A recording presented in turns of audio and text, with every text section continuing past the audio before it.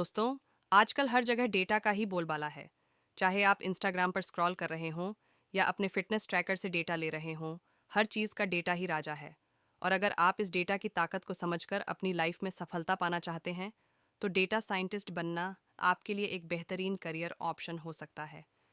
आज के वीडियो में हम जानेंगे कि कैसे आप डेटा साइंटिस्ट बन सकते हैं, वो भी एकदम आसान और मज़ेदार तरीके से। सबसे पहले ये जानना ज़रूरी है कि डेटा साइंटिस्ट होता क्या है। असल में डेटा साइंटिस्ट वही इंसान है जो बिखरे हुए डेटा को समझकर उसमें से पैटर्न निकालता है और उस डेटा का इस्तेमाल करके कंपनी को अहम निर्णय लेने में मदद करता है। मान लीजिए, आप नेटफ्लिक्स देख रहे हैं और आपको कोई मूवी सजेस्ट की जाती है। ये कोई जादू नहीं है, ये एक डेटा साइंटिस्ट के बनाए एल्गोरिदम का कमाल है जो आपकी पसंद के हिसाब से मूवीज़ का सुझाव देता है। तो अब जब हम ये समझ गए कि डेटा साइंटिस्ट क्या करता है, तो चलिए बात करते हैं कि कैसे आप इस क्षेत्र में कदम रख सकते हैं। अब सवाल आता है कि डेटा साइंटिस्ट बनने के लिए क्या क्या चाहिए। सबसे पहले तो ज़रूरी है एक स्ट्रॉन्ग एजुकेशनल बैकग्राउंड। आपको गणित, मैथमेटिक्स, सांख्यिकी, स्टेटिस्टिक्स और कंप्यूटर साइंस की अच्छी समझ होनी चाहिए। आप चाहें तो बैचलर्स की डिग्री इन फील्ड्स में कर सकते हैं या फिर मास्टर्स डिप्लोमा कोर्सेज में स्पेशलाइजेशन कर सकते हैं। लेकिन सबसे ज़्यादा ज़रूरी हैं कुछ खास स्किल्स, जैसे प्रोग्रामिंग स्किल्स, पाइथन और आर जैसी लैंग्वेजेस में प्रोग्रामिंग आनी चाहिए। डेटा विजुअलाइजेशन, आपको डेटा को विजुअल तरीके से प्रेजेंट करना आना चाहिए। इसके लिए पावर बीआई, टैब्लो जैसे टूल्स बहुत काम आते हैं। मशीन लर्निंग, आजकल मशीन लर्निंग और एआई हर जगह है, तो इनका बेसिक नॉलेज होना बहुत ज़रूरी है।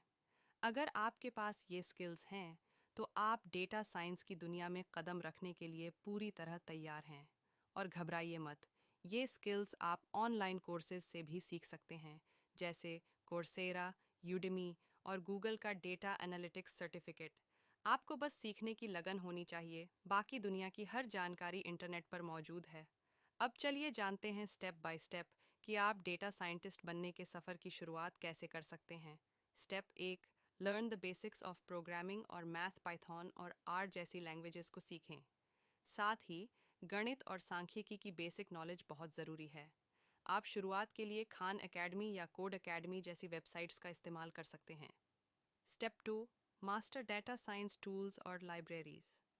डेटा साइंस में इस्तेमाल होने वाली लाइब्रेरीज जैसे पैंडास, नमपाई, साइपाई और साइकिट लर्न को एक्सप्लोर करें। ये आपके रोज़ के काम को आसान बना देंगे। विजुअलाइजेशन टूल्स जैसे मैट प्लॉटलिब और सीबॉर्न भी सीखें। स्टेप 3, रियल वर्ल्ड प्रोजेक्ट्स पर काम करें।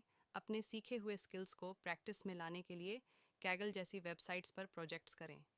वहाँ पर कई प्रोजेक्ट्स और प्रतियोगिताएं होती हैं जिनमें आप भाग लेकर अपने स्किल्स को रियल वर्ल्ड डेटा पर आजमा सकते हैं। स्टेप 4, गेट इंटर्नशिप्स और build a portfolio. Data science में इंटर्नशिप करें। कई कंपनियां एंट्री लेवल डेटा साइंटिस्ट के लिए मौके देती हैं। अपना एक ऑनलाइन पोर्टफोलियो तैयार करें जिसमें आपके प्रोजेक्ट्स, डेटा एनालिसिस और विजुअलाइजेशन हो। Step 5, keep learning and growing. Data science का फील्ड लगातार बदलता रहता है, इसलिए आपको हमेशा सीखते रहना होगा।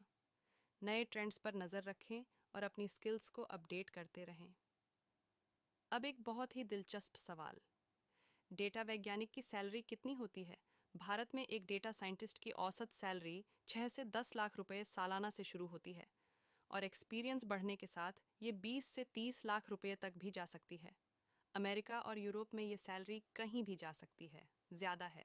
तो ये करियर न सिर्फ आपको नॉलेज देता है, बल्कि आर्थिक रूप से भी बहुत फ़ायदेमंद हो सकता है। तो दोस्तों, डेटा साइंटिस्ट बनना एक सुनहरा करियर ऑप्शन है। अगर आप टेक्नोलॉजी, डेटा और मशीन लर्निंग में रुचि रखते हैं, तो ये फील्ड आपके लिए परफेक्ट है।